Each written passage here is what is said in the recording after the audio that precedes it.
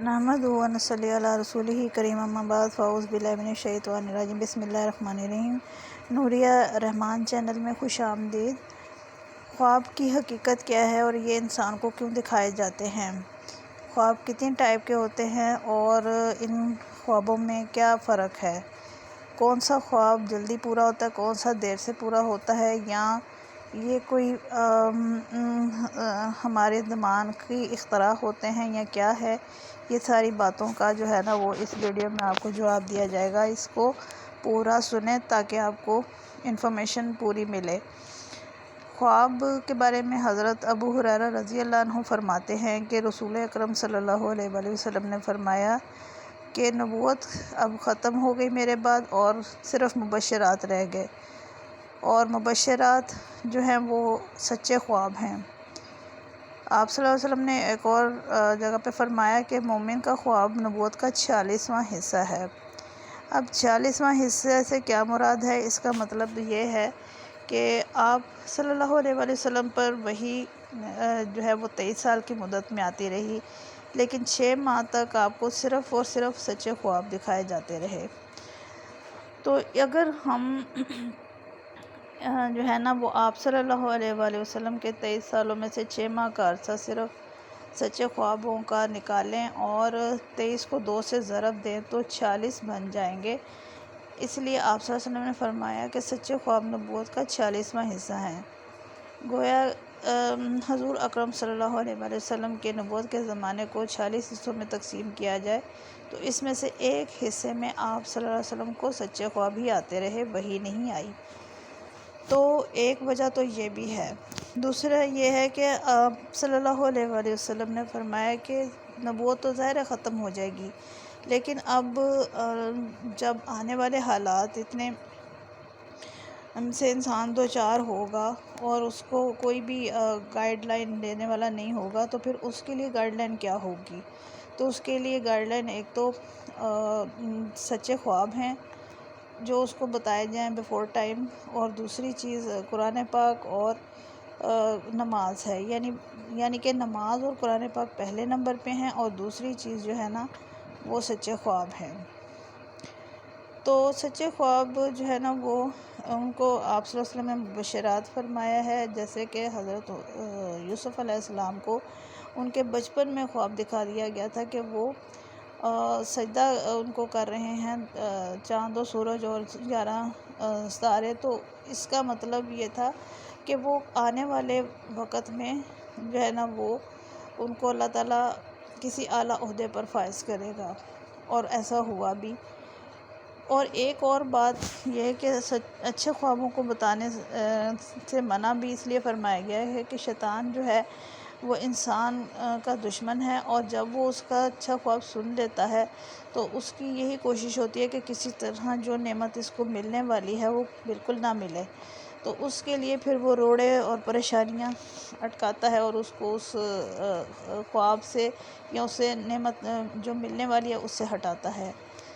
تو برے خواب بھی اسی لیے بتانے سے منع کیا گیا ہے کہ برے خواب بھی شیطان چاہتا ہے کہ کسی طریقے سے فوراً پورے ہوں اور انسان کا برا ہو، اور وہ جب برا ہوگا تو ظاہر ہے وہ اللہ تعالیٰ سے بدگمان ہوگا، اور جب وہ اللہ تعالیٰ سے بدگمان ہوگا تو وہ دین سے بھی منحرف ہو سکتا ہے۔ تو یہ ایک شیطانی سیاسی چال ہے کہ وہ اس طریقے سے انسان کو جو ہے نا وہ ہائی جیک کر لیتا ہے۔ تو شیطانی خواب اس طرح سے ہوتے ہیں کہ اس میں انسان ڈر جاتا ہے، پریشان ہو جاتا ہے، خواب کا اثر اتنا زیادہ گہرا ہوتا ہے کہ وہ دل اس کا کافی دیر پریشانی میں رہتا ہے۔ یہ اس کی خاص نشانی ہے کہ انسان کا دل جو ہے وہ قابو میں نہیں رہتا اور بہت زیادہ پریشان ہو جاتا ہے۔ تو جو اللہ تعالیٰ کی طرف سے خواب ہیں اس کی یہ نشانی ہے کہ انسان کا دل اٹھنے کے بعد مطمئن ہوتا ہے، شاش بشاش ہوتا ہے، اور اس کو خوشی، ایک راحت اور فرحت محسوس ہوتی ہے۔ تو اس وجہ سے اس کو رحمانی خواب کہا جاتا ہے، اور وہ اس کے پہلے سے دماغ میں نہیں ہوتا، بلکہ اس کو ایسی چیز دکھائی جاتی ہے جس کا اس کی عقل اور شعور سے کوئی تعلق نہیں ہوتا، نہ ہی لا شعور سے اس کا کوئی تعلق ہوتا ہے۔ تو یہ اللہ تعالیٰ کی طرف سے جو خواب ہوتے ہیں وہ انسان کو ایز اے گفٹ دیے جاتے ہیں، اور وہ ان کو ٹائم پہ پورا کیا جاتا ہے۔ اب ایک اور چیز ہے کہ انسان جو سوچتا ہے سارا دن، وہ خواب کی صورت میں اس کو نظر آنا شروع ہو جاتا ہے۔ وہ اس میں سوچ کا تعلق ہوتا ہے کہ مثلاً کوئی انسان بہت زیادہ پریشان ہے، تو کسی بات پہ کو فوکس کر کے وہ سوچے چلا جا رہا ہے، اور اسی حالت میں اگر اس کو نیند آ گئی ہے تو وہ اس کو اسی ٹائپ سے کچھ خواب دکھائی دیں گے، یا تو اس کو پریشان خواب آئیں گے، یا پھر اس کو ایسے خواب آئیں گے جس میں اس کو جو ہے نا وہ یوں لگے گا جیسے اس کی پریشانی ختم ہو گئی ہے، لیکن وہ چیز جو ہوتی ہے وہ پریشانی ہی ہوتی ہے ایکچولی۔ تو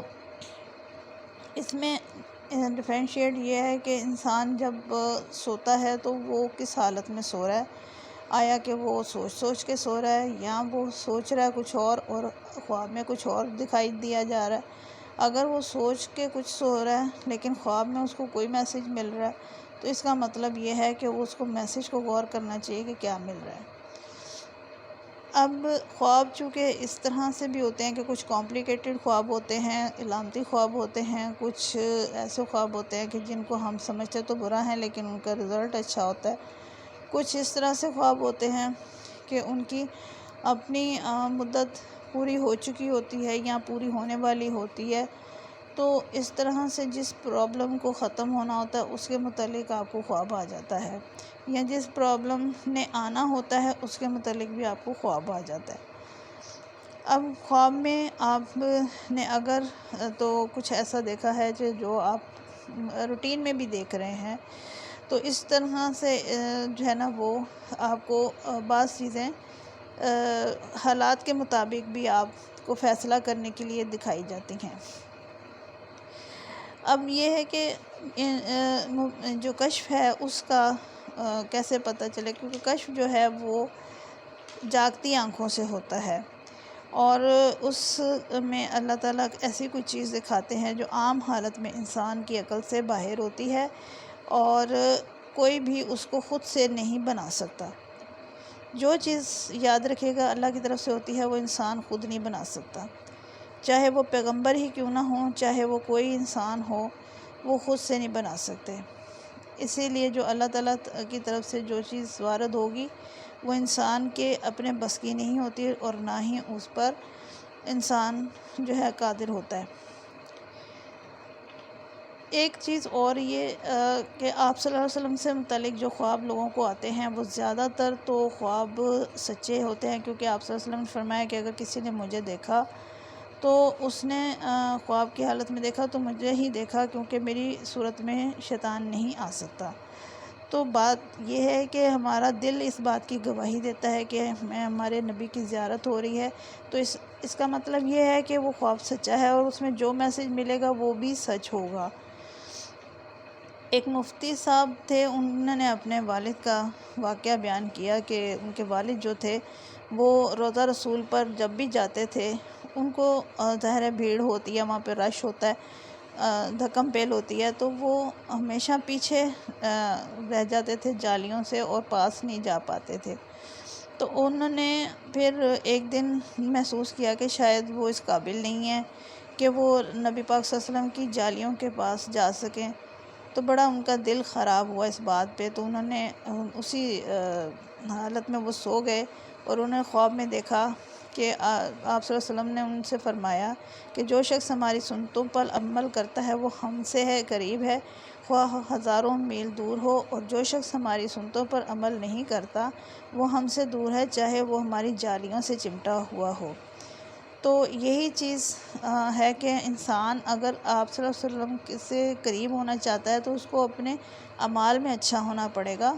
خواب آپ صلی اللہ علیہ وسلم کے کسی اذکار سے نہیں آیا کرتے بلکہ اعمال سے آتے ہیں۔ اگر اعمال اچھے ہوں گے تو آپ صلی اللہ علیہ وسلم آئیں گے، تشریف لائیں گے آپ کے خواب میں، اور اگر آپ کے اعمال اچھے نہیں ہیں تو آپ لاکھ بھی وظیفے کر لیں، بہت محال ہے کہ وہ تشریف لائیں،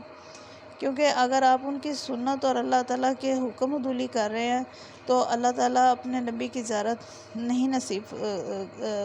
نصیب میں نہیں لا سکتا۔ تو اس لیے پہلے ان کی حکم پورا کریں، جھوٹ سے گریز کرے، کیونکہ جتنا کوئی سچ بولتا ہے اس کا خواب بھی اتنا ہی سچا ہوتا ہے، اور جتنا کوئی جھوٹ بولتا ہے اس کا خواب بھی اتنا ہی جھوٹا ہوتا ہے یا غلط ہوتا ہے۔ تو اس وجہ سے خواب جو ہے وہ ایک حقیقت ہے، اور حقیقت بن بھی جاتا ہے، لیکن اس کا یہ مطلب نہیں کہ سارے ہی خواب حقیقت بن جاتے ہیں۔ کچھ اپنے ٹائم پہ پورے ہو جاتے ہیں، کچھ رد کر دیے جاتے ہیں، اور کچھ جو ہے نا وہ ایسے پورے ہوتے ہیں کہ آپ کو گمان بھی نہ اور کب آپ کے پورے ہو جائیں، یعنی اس کا کافی ٹائم لگ جاتا ہے۔ تو اس وجہ سے ضروری نہیں کہ سارے پورے ہوں اور آپ کا دھیان ہر وقت خوابوں پہ لگا رہے اور آپ حقیقت سے دور ہوتے چلے جائیں، لیکن یہ ہے کہ خواب ایک حقیقت بھی بن جاتے ہیں، اور بعض خوابوں کا تعلق آنے والے وقت سے ہوتا ہے، اسی لیے ان خوابوں کو نوٹس لینا ضروری ہوتا ہے۔ اب اس میں ہمیں کیسے پتہ چلے کہ کون سا خواب سچا ہے، کون سا نہیں سچا؟ تو اس کی تعبیر اگر پوری ہو جاتی ہے جلد تو بھی وہ سچا ہے، اور ایک یہ ہے کہ اگر وہ کبھی کسی زندگی کے حصے میں پورا ہو جاتا ہے تو اٹ مینس کہ وہ سچا تھا، کیونکہ وقت کی کوئی جو ہے نا وہ تعین کوئی بھی نہیں کر سکتا۔ بے شک کہ معبرین کہتے ہیں کہ پہلے وقت میں آنے والے خواب جو ہے نا وہ بہت دیر سے پورے ہوتے ہیں، مڈ نائٹ کے بعد کے خواب جو ہے نا وہ مہینوں میں پورے ہوتے ہیں یا سال میں، اور اس کے جو فجر کے وقت کے خواب ہیں وہ بہت جلدی پورے ہوتے ہیں، 10 دنوں میں یا مہینے میں۔ لیکن یہ کوئی ضروری نہیں ہے۔ بعض خواب ایسے بھی ہوتے ہیں جو کہ دیکھیں تو فجر کے پاس جاتے ہیں، لیکن وہ پورے ہوتے ہوتے کافی سال لگا دیتے ہیں۔ تو ایسے میں خوابوں کی کوئی گارنٹی نہیں ہے، یہ صرف اللہ کو پتہ ہے کہ وہ کب اس نے وہ نعمت دینی ہے اور کب پورا کرنا ہے۔ اسی لیے خواب جو ہیں وہ انسان کو کس وقت اس کو آئیں اور کس وقت وہ پورے ہوں، یہ صرف اس کا راز اور علم اللہ کے پاس ہے۔ یا اس نے حضرت یوسف علیہ السلام کو یہ علم دیا ہوا تھا، یا کچھ ایسے لوگوں کو علم دیا جاتا ہے جو کہ بہت زیادہ اللہ تعالیٰ کے قریب ہوں، یا ان کو اللہ تعالیٰ نے وہ شرف دینا ہو۔ لہٰذا خواب کے بارے میں جاننا بھی ضروری ہے، اور برے خواب کو بھی بتانے سے گریز کریں، کیونکہ برا خواب جو ہے وہ شیطان کی طرف سے ہوتا ہے، اور اس کی کوشش یہ ہوتی ہے کہ وہ جلد سے جلد پورا کرے اور انسان کو اللہ سے ہٹائے، اس کا دل خراب کرے۔ تو اس وجہ سے جو برا خواب ہے اس کو بھی نہیں بتانا چاہیے۔ تو خواب کیوں انسان کو دکھائے جاتے ہیں؟ اس لیے دکھائے جاتے ہیں، اللہ تعالیٰ اس لیے انسان کو خواب دکھاتے ہیں تاکہ وہ اللہ تعالیٰ کی باتوں کو سمجھے، اور آنے والے وقت کے حادثات واقعات اس کو پتہ ہوں اور نالج ہو، اور وہ ان سے بچنے کی تدبیر کرے، کیونکہ قسمت تو بدلی نہیں جا سکتی، لیکن تدبیر سے واقعات کو لیسٹ کیا جا سکتا ہے کہ آپ کو نقصان بھی لیسٹ ہو، اور اگر فائدہ حاصل ہونا ہے تو پورا فائدہ حاصل ہو۔ تو خوابوں کا یہی مقصد ہوتا ہے کہ انسان کو اس کے اچھائی برائی آنے والے وقت اور اس کی کرنٹ پوزیشن سمجھائی جائے۔